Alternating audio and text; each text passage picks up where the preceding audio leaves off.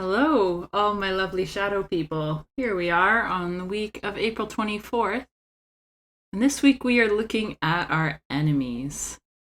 And I absolutely love the topic of enemies because, in a way, the people that we feel repelled by or uncomfortable around speak to the shadow parts of ourselves. So I often hear people say that if you don't like someone, it's because they're like you and that's what you don't like. But I don't think that's 100% how it works. Like, if you find someone who's really loud and obnoxious, not enjoyable to be around, it doesn't mean that you're secretly loud and obnoxious and just haven't realized it yet. But I think the shadow work component of it has to do with the parts of ourselves that we repress and a sort of frustration that we can't experience what that person that frustrates us is experiencing as fully or as freely. So, thinking about the idea that if someone is very loud and we find that frustrating to be around or hard to be around, is there something in ourselves that makes us feel like we always have to be quiet? Or that we are not allowed to express ourselves freely without worrying about other people's opinions. And sometimes that's the shadow that we need to look at. It's the hidden part of ourself or the repressed part of ourself that sees a freeness or a lack of accountability in other people about certain things that we want to be able to experience, even if we know that societally behaving that way wouldn't be acceptable, or that we wouldn't really enjoy being fully to that level that other person is experiencing that freedom. But maybe looking at opportunities to change ourselves or grow ourselves in a way that allows us to feel more free in that general direction, so it's not so frustrating to be around those people. Because I think, not talking about, enemies, people who do horrible things, but just people that seem to, um, people who seem to stand out to us as people we don't want to be around. So we use the word enemy, but it's a strong word for a lot of people, but it's an easy way of explaining a person that doesn't appeal to us, because it's easy to get lost in the language of saying, oh, well, I kind of don't like this person, or I kind of do like this person. But realistically, it's pretty easy to recognize personality traits when they occur in front of us that we don't find appealing. So just using enemy as a general term. So today, for our journaling activity, we're going to look at this specifically. So there's going to be a few questions because we want to dig into this one. And take some time to go through them, maybe jot them down. I'll include the ones that I remember at the bottom just so you can read through them again. And if you have one specific person that you want to focus on, I would generally start with someone who's maybe a medium level of frustration to be around. Maybe don't start out with the most horrible person you can think of. And just maybe pick out one or two traits about them. So, just starting out, who is your enemy? Why do you hate them? What characteristic do they have that frustrates you? What characteristics do they have that you envy?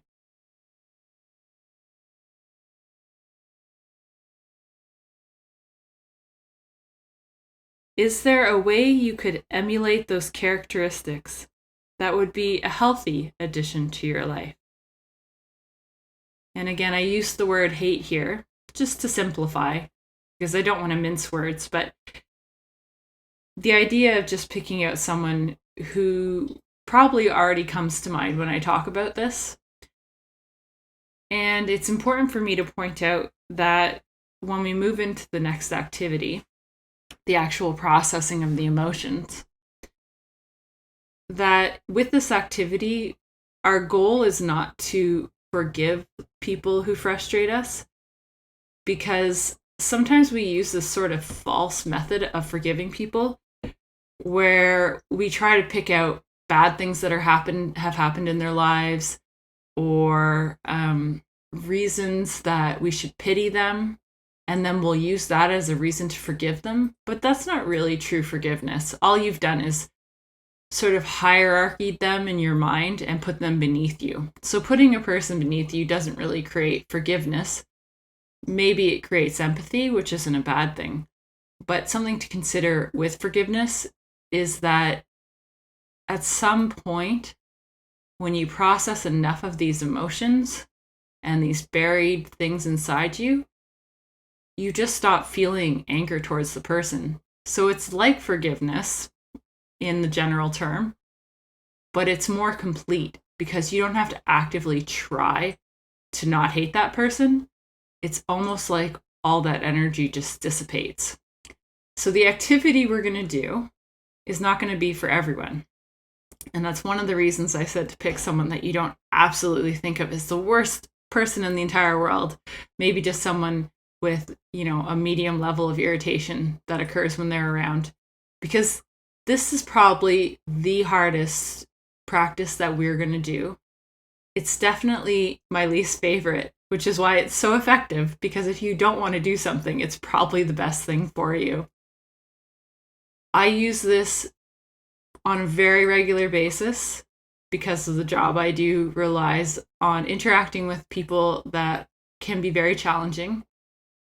And I can say it's almost 100% effective every time at creating some sort of subconscious change that allows you to interact with that person in the future in a way that does not create more anger, hate, and frustration with them. So it's a really short practice. All we do is close our eyes, picture that person, and we're just going to give them a hug. And if you decided to go with the person you hate the most, this will probably be the hardest hug you've ever given anyone. But the idea of the hug is to feel compassion and caring for that person in that moment, almost as if you really want them to feel loved.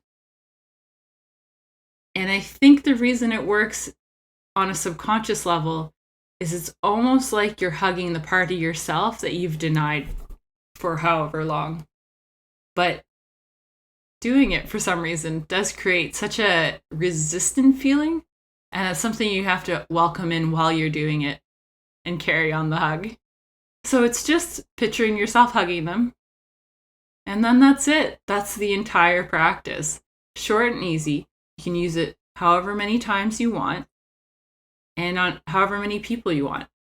But I can guarantee you will notice a difference in your interactions with these people afterwards in the future.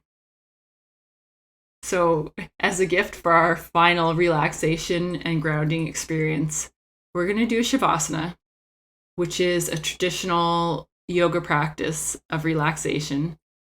I'll do my version, and I'll include some links to some other people's versions. They're generally similar, but everyone has their own take on it. The idea is just to systematically move through the body, releasing all tension. Preferably, you'll want to be lying down somewhere comfortably. You're going to have your eyes closed.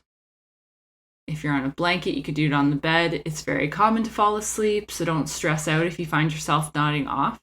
I'll wake you up at the end.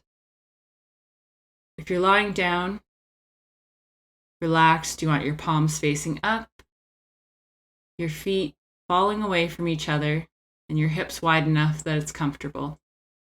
If you need to, you can place something under your knees like a pillow if you're having any pain in your lower back or your knees. And you're just going to start taking some normal breaths in and out. In and out. And the first thing we're going to do is notice the tension in our toes. And on the inhale, we're going to really feel that tension in the toes. And on the exhale, we're going to release.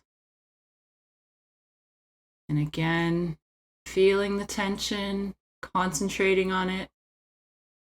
Exhaling, relax and let that tension melt into the floor. Moving into our feet, any tension there, any tight muscles, any energy you're holding. Inhale, tense. Exhale, melt away. Moving into the ankles and the lower legs. Inhale and exhale. Knees and the upper thighs. Inhaling tension. Exhaling release.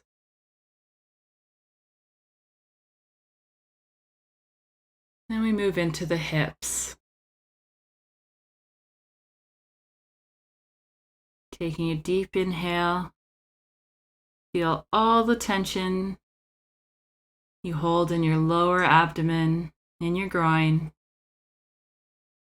And exhale it into the floor.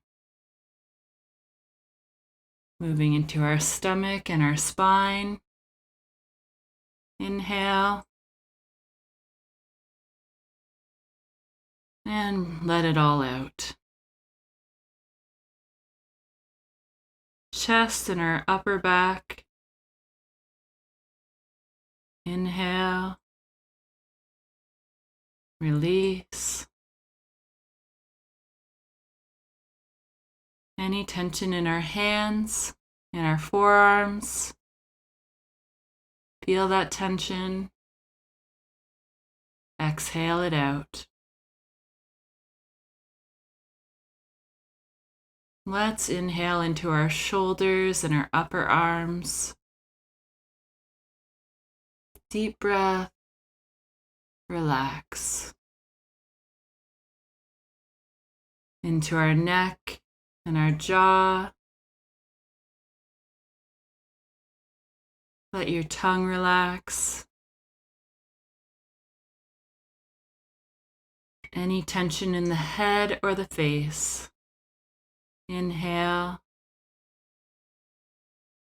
and release. And for the next few breaths, any part of your body with any remaining tension, inhale, feel it, and let it go.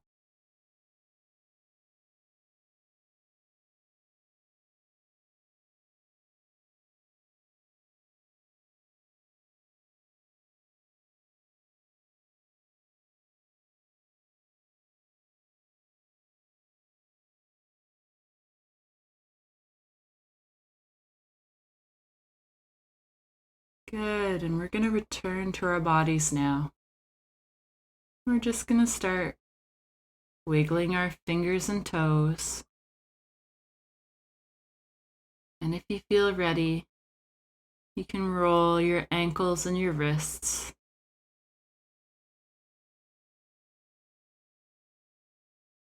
And when it's time, stretch your arms up over your head and stretch from your fingertips to your toe tips, taking a deep breath.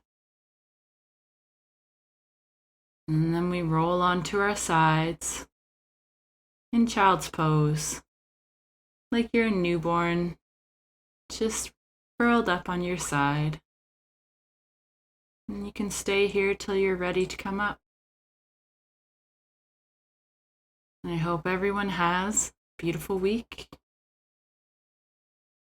And don't forget to follow us here for more practices.